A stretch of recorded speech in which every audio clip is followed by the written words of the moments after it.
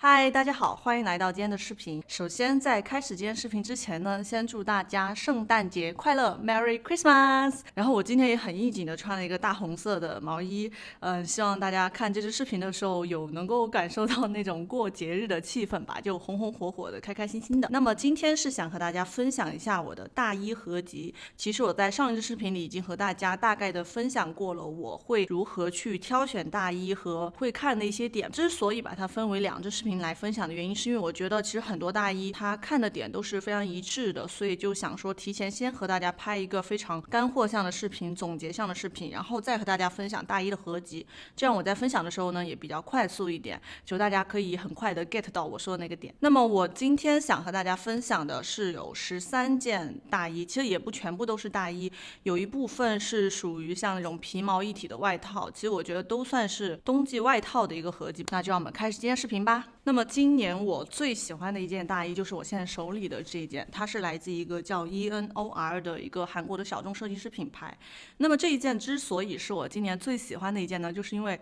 它的整个版型就是我今年最喜欢的一个版型。其实像这个版型呢，是目前我发现今年其实很多品牌都有在出的，就是属于那一种非常 H 型的大衣，然后是双排扣的设计，然后肩膀呢也是一个合肩的设计。尤其是这一件我还特别喜欢它的领子，因为它的领子除了比较大以外呢，它的这个领子的一个整个形状是属于那种比较尖的形状，穿上整个人会显得很有气场，然后看上去非常有个性，就不是属于那种比较温润一点的。因为像这种类型的大衣，我比较担心它的就是会太过的公文感，因为它本身比较合身，然后长度又比较长，又是一个有公文感，然后很正经的一个双排扣，所以我都会担心它有点太死板了。所以它只要是在这个部分，就是领子的这个地方稍微设计的有个性一点，就会显得其实某一种程度上是一种俏皮的感觉，就感觉这个人不是属于那种很一板一眼的，而是非常有个性，然后棱角分明的感觉。而且这件大衣它还有一个非常好的地方，就是它除了是一个非常经典的 H 型大衣的设计以外呢，它旁边这个部分还有设计一个腰带，就是属于这种可以系带的一个设计，所以你就可以根据自己的一个需求来去改变它的整个造型，所以它穿起来的搭配性是非常的高的。而且我发现其实像这种 H 型大衣的话，因为它本身的整个设计是比较贴身的，然后我又是一个属于那种圆身体的一个身体，就侧面比较厚嘛，所以我穿这种很贴身的衣服背后会容易显得有点虎背熊腰的，因为我可以把那个衣服整个撑起来，就不像扁身体的人。但是因为这一件它在后背的这个地方有系带嘛，这个系带的设计你平时就算不系带的时候，你其实也是可以把这个系带挂在这里的，它其实都会有一个在背部有一个设计的作用，能够显得我的背稍微的松那么一点点。然后再加上它后面的这个地方也有开叉嘛，开叉这个部分是我之前在上一支视频里和大家讲了，就是背后如果是一个非常长版的大衣，它有个开叉的话，就会整个人显得要瘦一点。然后第二件是我今年第二喜欢的一件大衣，也就是我现在手里的这件有点偏粉色的一个浴袍型的大衣，是来自一个叫 Crant 的品牌。Crant 我现在也是已经合作了有2-3年的时间了吧，然后我最喜欢他们家的大衣就是属于这种浴袍式的，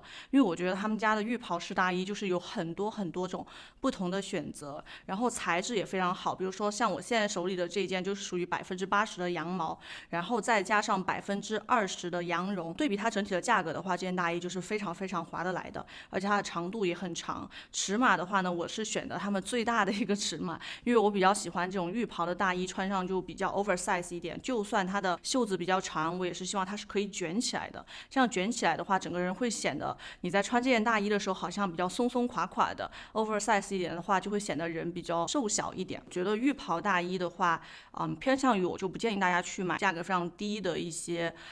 大衣的品牌了，因为我觉得像浴袍大衣，它其实除了剪裁以外，其他最重要的就是它的整个材质和它整体的这个光泽度。因为浴袍大衣它本身它的设计的那种剪裁就比较简单一点嘛，它整体是属于那种软的搭在身上的。那么如果这个时候它的材质没有那么轻盈，然后没有那么有光泽度的话，其实穿上并不能够达到有浴袍大衣的那种慵懒，然后但是又有质感的感觉。第三件大衣呢，是我已经买了有3年的一件大衣了，然后到现在都非常的喜欢，也是有经过一段时间的一个考验。那么这件大衣它整体的版型是属于有一点点偏那种收腰型的一个 A 型大衣，因为它的下摆是属于会会有一点点往外延伸的。而且我发现其实 A 型大衣有一点点不太好去穿着的原因，是因为有一些 A 型大衣它在设计的时候，它肩膀部分也是属于设计的没有那么有精神的。比如说它是落肩的话，会稍微有一点点带有的风险是，你在穿这件大衣的时候，因为那个 A 型就是它是往下走的嘛，如果它又是一个比较长的版型，它会有压个子的一个风险。但是因为这件大衣它本身的一个腰线非常的高，除了它腰线设计的非常高以外呢，还有原因就是因为它的整个肩线的这个地方，还有它的这个袖子的接缝处的这个设计的非常好，整个气场是往上走的。所以这件衣服呢穿上，我觉得是属于那种你穿出门去，无论是休闲的穿着，还是说你穿去上班，它都是可以去搭配的，而且搭配性非常高。然后接下来我想和大家分享的是一件这种 O 型大衣的一个整体的版型，还有一个我觉得我非常喜欢的地方，就是它的整个袖子是设计的那种非常宽非常大的袖子，袖口的这个地方就对于其他的大衣的袖子来说，它都是属于有点像那种飞袖的感觉的一个袖子，就穿上会显得比较小女生一点。然后呢，你在穿里面的衣服的时候，你的选项也会非常大，比如说你里面的毛衣也可以选那种袖子比较大的，或者比较厚实的毛衣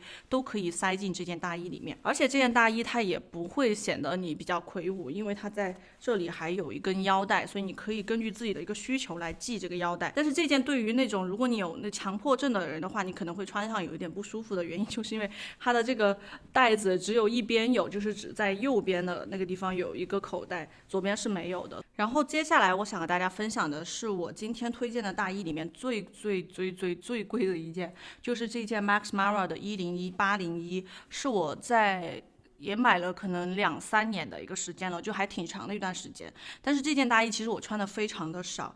首先第一点就是因为我觉得它比较贵，那么很多场合我去穿的话，我都有点担心我会把它弄脏，然后洗起来也很不方便。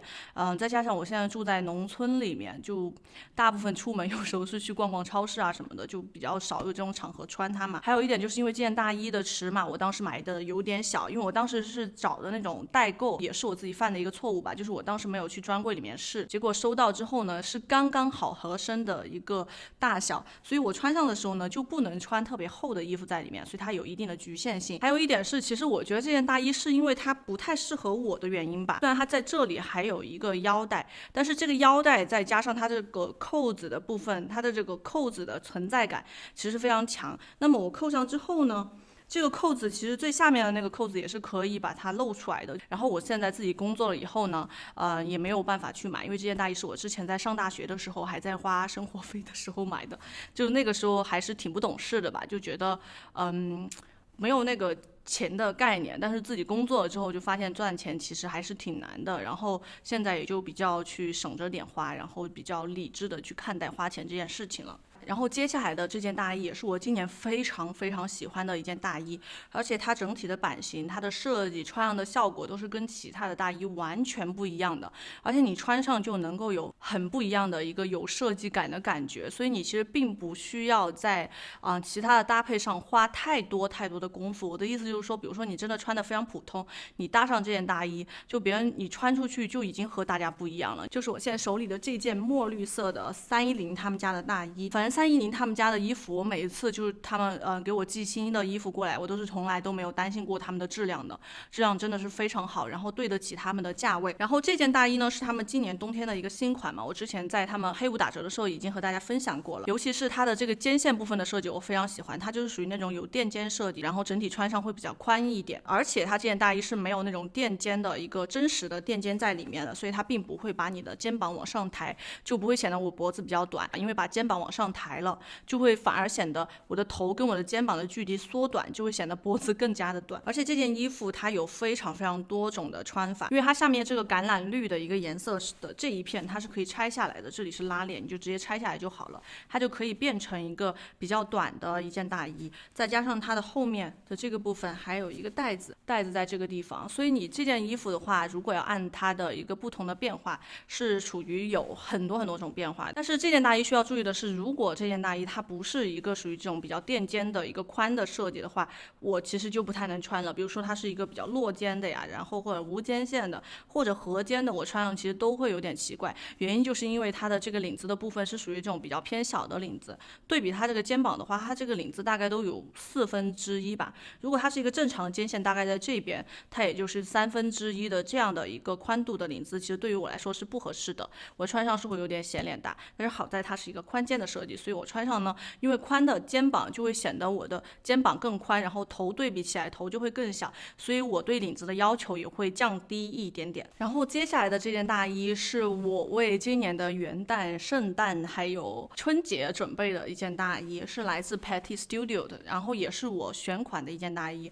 我就是正好在看这种我想要买一件比较红色的大衣嘛，就是有那种节日的气氛，因为这伴随而来的一个圣诞节、元旦，然后春节都是属于这种穿红色，就中国人比较喜欢在这种节气的时候穿红色，整个人比较喜气，然后有那种讨一个吉祥的感觉。然后后来 Petty Studios 他们让我选款，然后就看到了这一款，就觉得这就是我今年要找的那种过节穿的大衣，所以我当时就选回来了。然后这件大衣它设计的亮点就是因为它是一个拼色的设计，而且是一个竖条纹的一个拼色设计，所以整个人呢会看上去比较流畅一点，不会有那种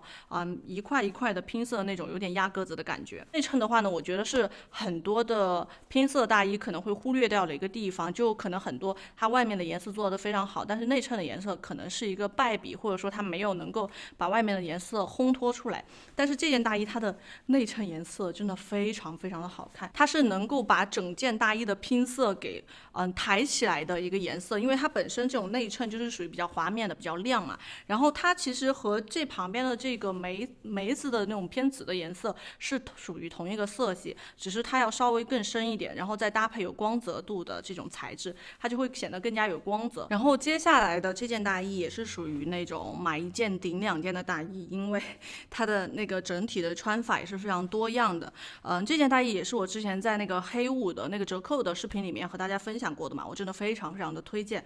因为首先它是属于那种皮毛一体的一个设计，就这面是那种灰色的一个皮质的设计，而且它的这个皮的设计是属于那种哑光的，不会带有那种侵略性，反正就是整体穿上整个人是非常有质感的。那么里面来穿的话呢，它就是属于一个羊羔绒质地的一件大衣了，所以它整体就两面穿，两面都是一个非常非常不一样的一个风格。再加上它上面的这个领子的部分呢，这个地方呢是可以拆卸的，所以你又可以增加一层的不一样的搭配，而且它也是有配一个腰带的这样的一个设计，所以你在搭配的时候，如果说你担心这件大衣对于你来说比较的长，然后有点压个子的话，你就可以把腰带系上，然后有一个非常非常明确的一个腰线，也就会显得人比较高，然后就不会那么容易存在于那种压个子的一个情况。然后接下来的这一件呢，也是属于那种皮毛一体的一个机车外套的一个设计。这件我当时选它的原因，就是因为它的这个皮的一个颜色和它的整体的皮质。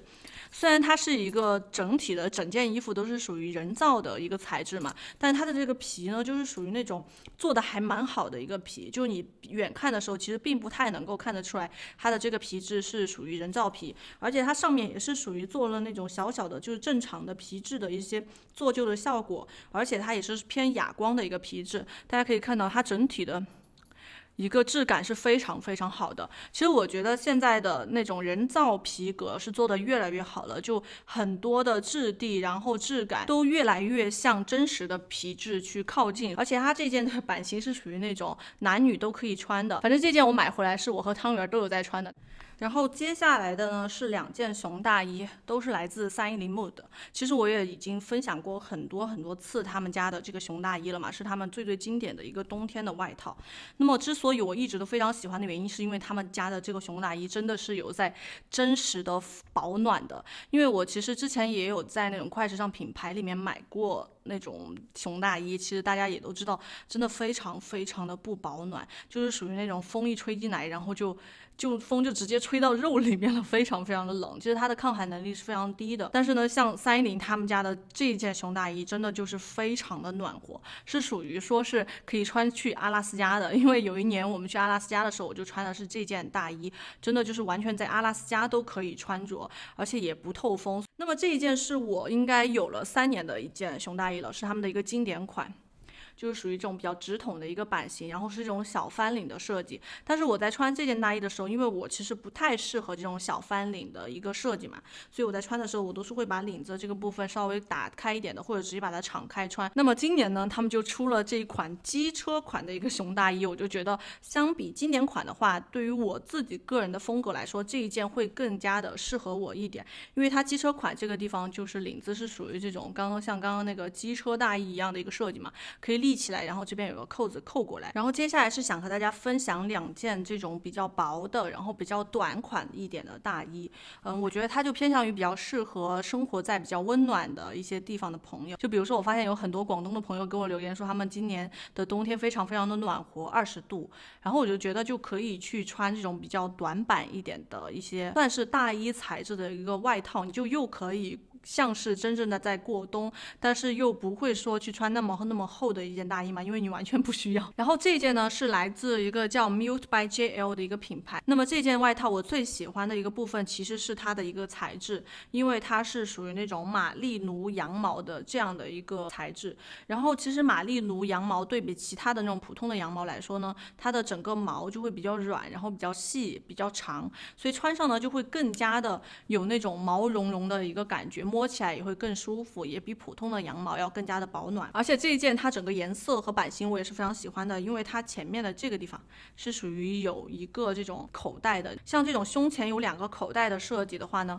它穿上就会比较有那种工人的或者工装的一个感觉，就会显得比较街头，然后比较有个性。然后接下来呢是另外一件比较短款的这种羊毛的一个外套，那么这一件它就是属于一个纯黑的设计，然后它的长度要比刚刚那件还要短，就是属于非常非常高腰的设计。那么这一件我当时选的时候其实是和我之前穿的那一件羽绒半裙一起选的，因为它是一整套，就穿上真的非常的有感觉。而且那条羽绒半裙也是我非常非常喜欢的今年的一个选到的一件单品，非常的不一样，而且真实的很保暖。而且我非常喜欢这件外套的原因是因为它的这个袖子也是属于那种比较宽的袖子，而且它在这个地方还做了一点点开叉，所以你可以把它这样卷起来。反正像这种短版的大衣的话，我觉得它在搭配的时候对比长版的大衣，它有它的优势也有它的劣势。也就是比如说你对你的下半身不是特别的满意，比如说是属于那种梨形身材的朋友，我就觉得就相对而言没有那么的适合这种比较短版的衣服，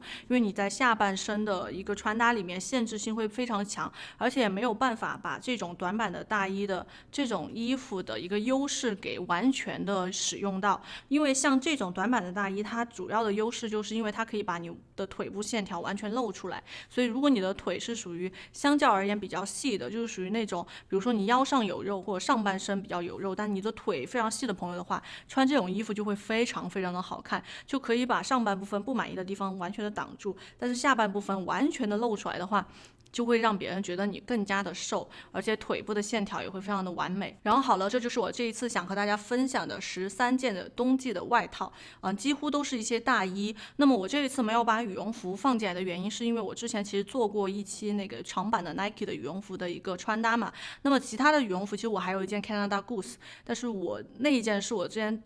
读书买的，我现在没有特别的喜欢了，所以现在就不把羽绒服这类的单品放进来了。那么我最推荐的还是 Nike 的那一件然后在这里想和大家分享的一点是，大家会发现我今天大衣大部分都是品牌赠送的，这个部分是我本来是想要自己再买一些大衣的，但是也是我非常无奈的一个点吧，就是我今年在我自己去寻找一些大衣的时候呢，我发现今年的大衣都很少有我自己非常想要的一些款，然后我非常满意的一些设计，还买了好几件回来，结果都退掉了，因为真的不是特别的满意。因为之前一直没有出大衣合集的原因，就是因为我还想要再入手一些大衣，然后就找了快2个月的时间，但是都没有找到。